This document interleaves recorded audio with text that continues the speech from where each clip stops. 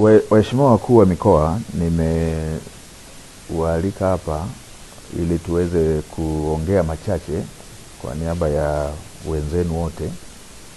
Mamlaka ya hali ya hewa ya Tanzania, yani TMA, ilitoa utabiri wa mwelekeo wa msimu wa mvua za vuli na mvua za msimu kwa kipindi cha Oktoba 2025 hadi Disemba 2025 na kipindi cha mwezi Novemba 2025 hadi Aprili 2026 mtawalia.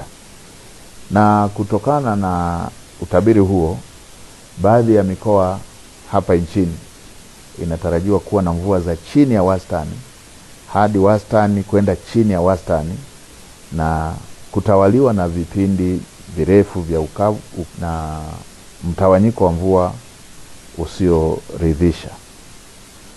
Tathmini ya mamlaka ya hali ya hewa inaonesha hali ya kuchelewa kwa mvua inatarajiwa katika maeneo ya mkoa wako wa Dodoma, Mheshimiwa Mkuu wa Mkoa, mkoa wa Katavi, mkoa wa Kigoma, mkoa wako wa Singida, Mheshimiwa Mkuu wa Mkoa, Tabora, pamoja na mikoa ya Iringa, Mbeya, Mtwara, Njombe, Songwe, Rukwa, Ruvuma, pamoja na kusini mwa mkoa wa Morogoro.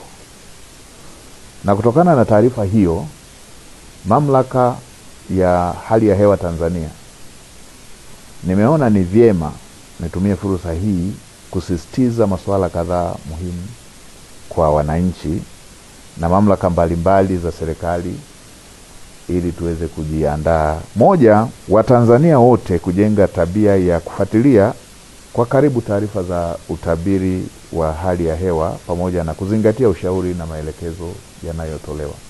Waheshimiwa wakuu wa mikoa, mnakumbuka huwa inatokea tahadhari hizi zinatolewa, tunachelewa kuchukua hatua, sote kama Watanzania, serikali, taasisi za serikali na wananchi wote kwa ujumla, na inakuja kutokea madhara kama ambavyo tumewahi kushuhudia, mafuriko ya udongo kule Manyara, ama mafuriko katika baadhi ya maeneo ya wananchi waliojenga kwenye mabonde. Kwa mara hii tunatahadharishwa kuhusu uhaba wa mvua, kwamba mvua hazitakuja za kutosheleza na zitakuwa na mtawanyiko usioridhisha. Ninawakumbusha wakulima kujiandaa, kuwa tayari kuandaa mashamba kwa wakati na kutumia pembejeo ikiwemo mbegu na mbolea zinazoendana na hali ya hewa tuliyotahadharishwa. Tutumie mbolea na tutumie mbegu zinazoendana na upatikanaji wa mvua chache, sambamba na kuzingatia ushauri wa wataalamu wa kilimo ambao kwa sasa wanazunguka nchi nzima kukutana na wakulima na kutoa elimu. Pamoja na kuwa hakuna tishio la uhaba wa chakula, kwa sasa kama nchi tuna akiba ya ziada, tuna chakula cha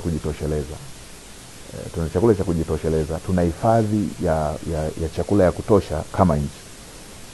Lakini ni vyema wananchi waendelee kuzingatia matumizi sahihi ya chakula, ikiwemo kuweka akiba na kuepuka matumizi yasiyofaa, kwa sababu tumetahadharishwa kuhusu hali ya mvua kwamba hazitatosheleza, kwa hiyo huenda ikaathiri mavuno. Kwa ni vizuri tukaanza kuhifadhi akiba ya chakula tulionayo. Na kwa upande wa wafugaji, wanashauriwa kuweka mipango mizuri ya matumizi na uhifadhi wa maji na chakula cha mifugo. Ni jambo ambalo mara zote tumekuwa tukielezewa, na ni vizuri sana tukalizingatia, hasa kwa wakati huu. Matumizi bora ya malisho, uhifadhi wa chakula pamoja na maji kwa ajili ya mifugo, ili yasijitokeze yale ambayo tumewahi kuyashuhudia ya upotevu mkubwa wa mifugo kutokana na uhaba wa chakula pamoja na maji. Wakuu wa mikoa pamoja na wakuu wa wilaya, wasimamieni maafisa ugani ili muhakikishe wanawatembelea wakulima na kutoa ushauri, ikiwemo matumizi sahihi ya mbegu kulingana na hali ya hewa badala ya kukaa maofisini. Tumekuwa na shida hii ya kila mtu kuwa anakaa ofisini. Sasa ofisi za baadhi yetu inatakiwa iwe kule kazi yao majukumu yao yanakotaka wawe, wawasimamie, wawaelekeze, wawaelimishe wakulima, wawaelimishe wafugaji, ili madhara ya tahadhari hii tuliopewa yasiwe makubwa kwa wananchi wetu. Na kwa upande wa mamlaka ya bandari, mamlaka ya mapato TRA, TFC, wahakikishe kama kuna shehena zozote ambazo pengine ziko bandarini, pengine ziko kwenye meli,